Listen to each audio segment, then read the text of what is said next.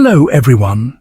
In this video, I'll be translating and summarizing the latest Urdu broadcast by Samina Pasha to make it accessible for our English-speaking audience. Let's go through the key developments and insights in Samina Pasha's words. The news is quite important. First, a message from Imran Khan has come. Then, the gathering that was supposed to happen yesterday, that is, the gathering that was scheduled for today, has now been postponed. Why was this gathering suddenly postponed? What orders were issued? Besides that, many important messages have come from inside, and Barrister Ali Zafar's tweet is quite shocking. At the same time, the situation in Kashmir has become very tense, and casualties have increased. Tomorrow, or today, depending on how you look at it, you could say a large congregation is expected in Muzaffarabad, and it is being said that the situation there may become even more strained. There have already been many martyrs there.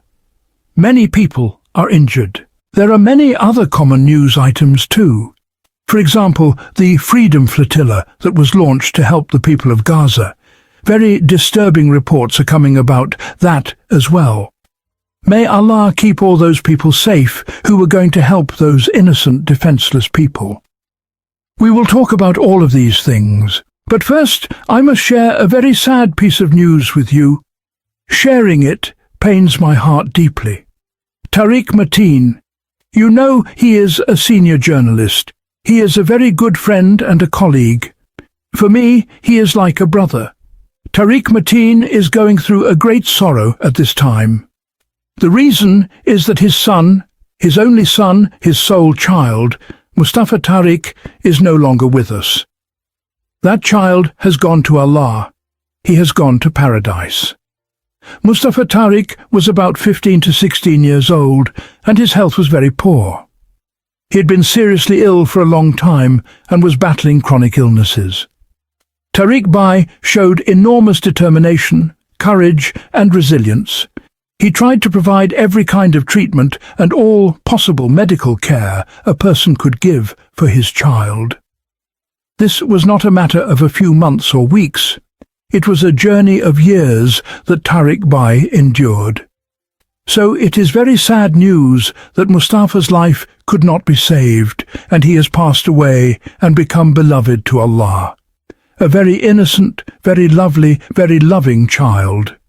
I have met him many times. I am far away right now and was not able to see Tariq or Mustafa for the last time. It is very painful. May Allah grant Mustafa a place in his mercy. May Allah grant Tariq patience, sabr jameel. May he give patience to his respected wife. They have 2 daughters. May Allah grant them patience. May Allah shower special mercy on their family and make things easy for them. It is a very long and painful journey that Tariq has endured. Believe me, because we stay in touch, I knew how often and with what suffering and torment he went through. But as a father, you try every possible thing for your child's health and life, and he did all of that. In the end, you must bow to Allah's will. You may be wondering that because of all this, he might not be able to do his vlog for a few days.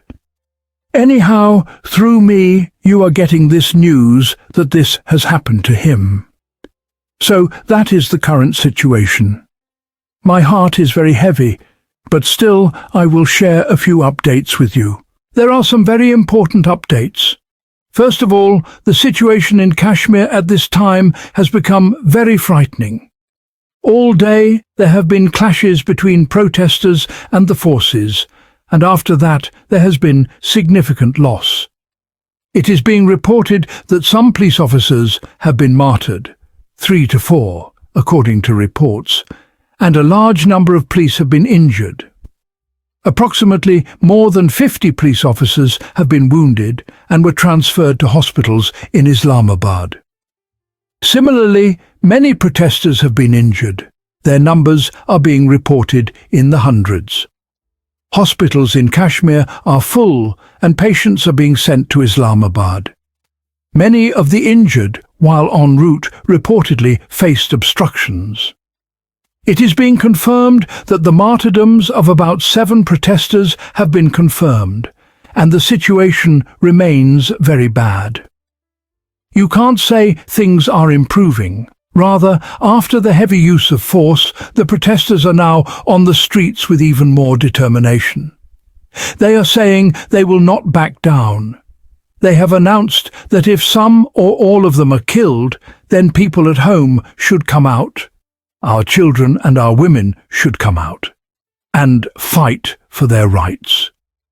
We are not among those who surrender. Right now, even during the night hours, a very large gathering has assembled in Rawalakot.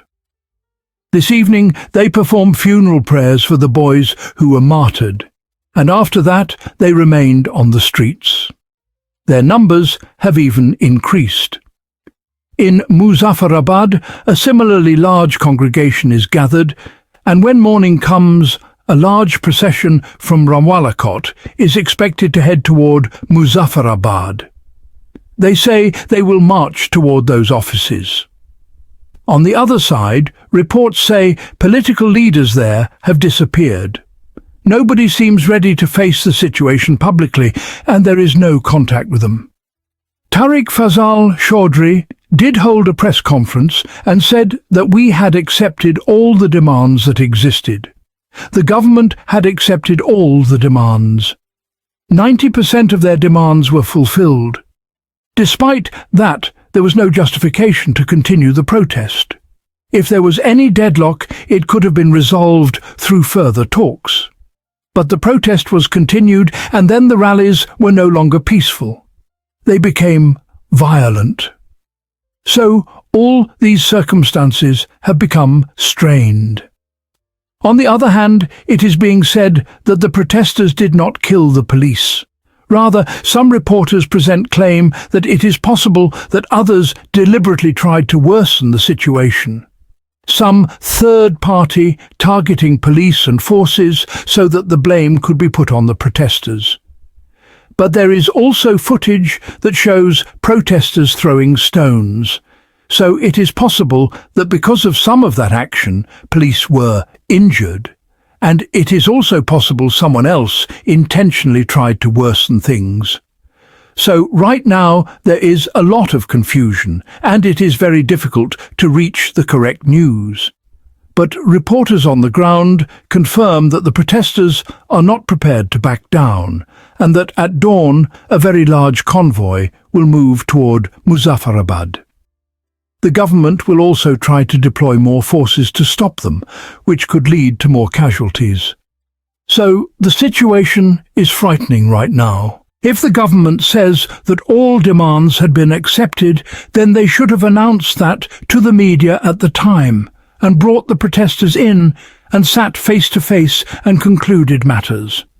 There would have been no need to use force against the protesters. When you use force, the matter does not remain only that these demands were accepted. Then the protest begins on the grounds that you used force against us. These are two different things. Look, when someone comes peacefully with a demand and, instead of discussing or accepting it, you start hitting and beating them, then it causes escalation. People come out stronger and more determined. You were the ones who were peaceful, and you were beaten. Why are you now surprised when people come out with more strength and anger? Especially when children have been killed and these families are grieving, they will be more agitated. So if you had already accepted the demands, there was no need to use force. Second, yesterday, or up until yesterday, you were saying the protesters were very few, that the peace committee had controlled things, that no one had been harmed, and that everything in Kashmir was normal. That protest calls had been withdrawn, and everything was normal. So, until yesterday, you were saying there was no problem. Why today are you wailing and blaming the peace committee for killing people? either accept that people were present with them or explain otherwise. These contradictions aren't new. In the last 2 or 3 years, we have seen many such scenes in Pakistan where force is used against protesters, and the protesters suffer losses, and then accusations are levelled against them. Yes, there are always some reports of casualties among the forces as well. But the point is that the atmosphere is first made bad, then all blame is put on the protesters. It seems this regime fears protests so much that if any protest happens, they behave as if the sky will fall or the ground will split. They never try to resolve protests politely through dialogue. They never let people protest properly. Every time there is hooliganism and beatings. Even when a protest began for Gaza, they treated it the same and did not allow a proper protest. Time and again there is beating, arrests, and the same treatment happened to the mothers and sisters from Balochistan who came and sat on the roads.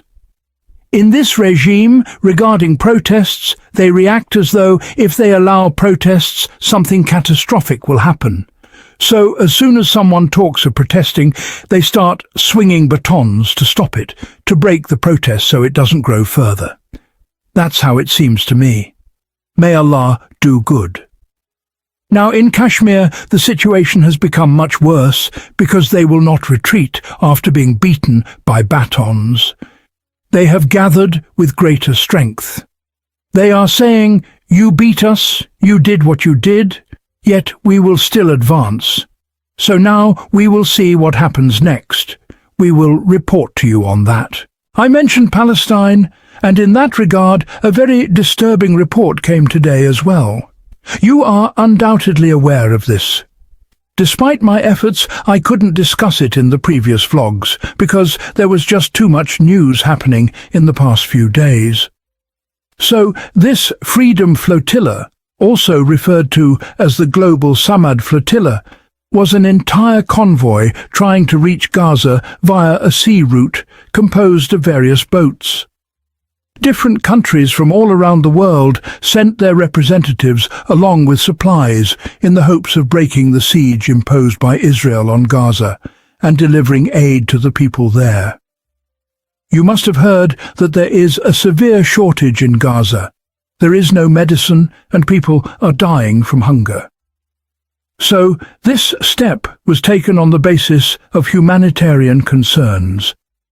Nearly 46 countries participated in this initiative, and it is reported that around 500 people were involved.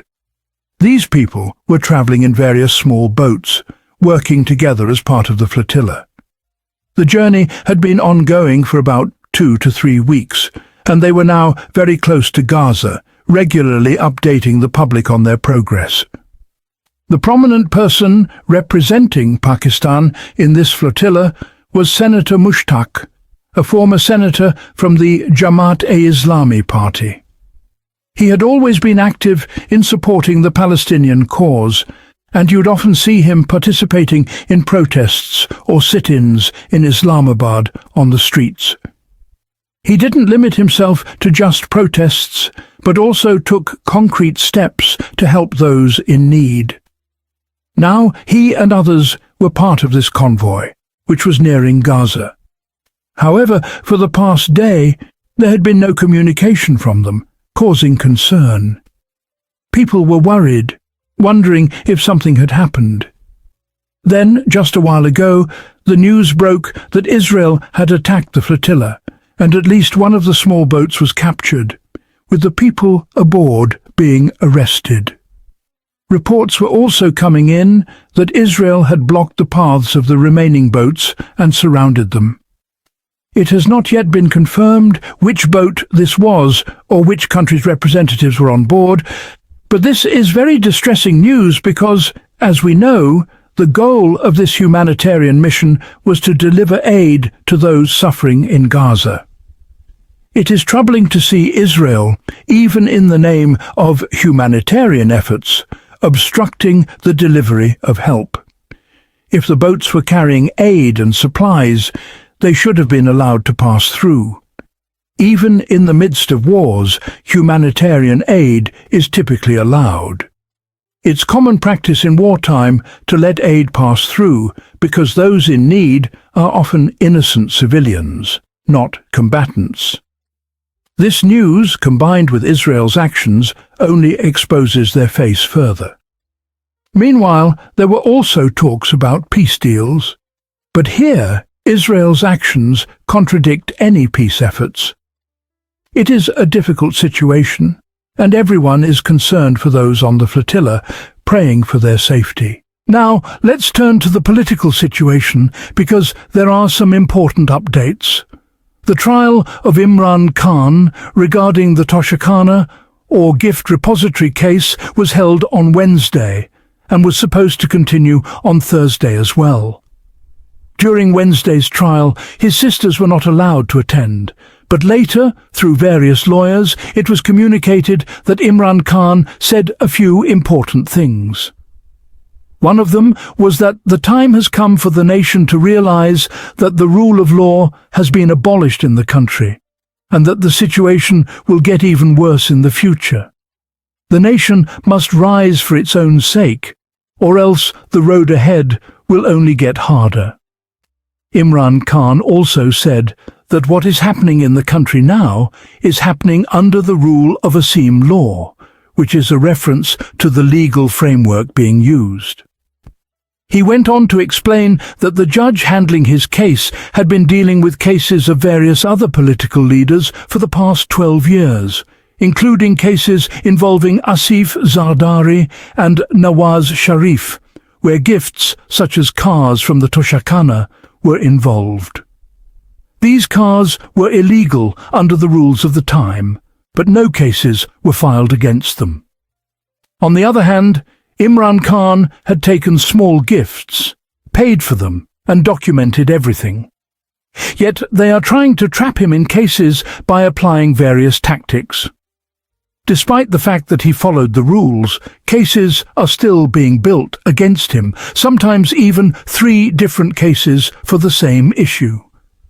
Imran Khan says that all of this is nothing but victimization. Furthermore, Imran Khan made some important decisions regarding his party. Barrister Ali Zafar, who was present in the trial, tweeted that Imran Khan had advised party leaders to be ready because if they don't stand with the people will not stand with them. This message has been conveyed clearly by Imran Khan multiple times. He has warned them to decide whether they want to play conventional politics or whether they want to take a strong stance. There's also news about the growing differences between Ali Amin Gandapur and Imran Khan's sister, Alima Khan. Imran Khan had been aware of the statements made between them, and he expressed his displeasure. He also stopped them from continuing the statements. The important part of this update was that Imran Khan had instructed Alima Khan to deliver his message from now on, which means she will now play a larger role in communicating his message. Imran Khan has also summoned Ali Amin Gandapur to the jail for discussions. He said decisions would be made after consulting with him on important matters. This has been a significant development today. As for Alima Khan or Noreen Khan, both are trusted by Imran Khan. I've seen several interviews of Noreen Khan, and she is very capable. In fact, both of Imran Khan's sisters are quite competent, and they work together very well. However, perhaps Alima Khan has more experience in handling media, which is why she had been taking on a more prominent public role. But with the current controversy, Imran Khan may have decided to change the responsibility. We will only know more when the sisters meet and discuss things further. Another significant development is that the government has deliberately created confusion around the issue. It seems they want to prevent Imran Khan from meeting with key people and gaining clarity.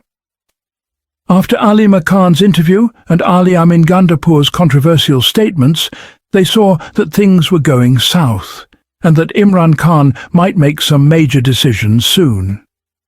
To maintain confusion, they cancelled his trial session scheduled for Thursday, and now the next session will be held in Islamabad. Lastly, an important piece of news is that Zulfi Bukhari tweeted that his 796 canal land in Chakwal has been sold via auction. He had previously mentioned that the auction date had been set, and today the land was officially sold. The purpose, according to him, was to show why he stands with Imran Khan and why he won't be a witness against him. He says that everyone who stands by Imran Khan will face consequences, whether inside or outside the country.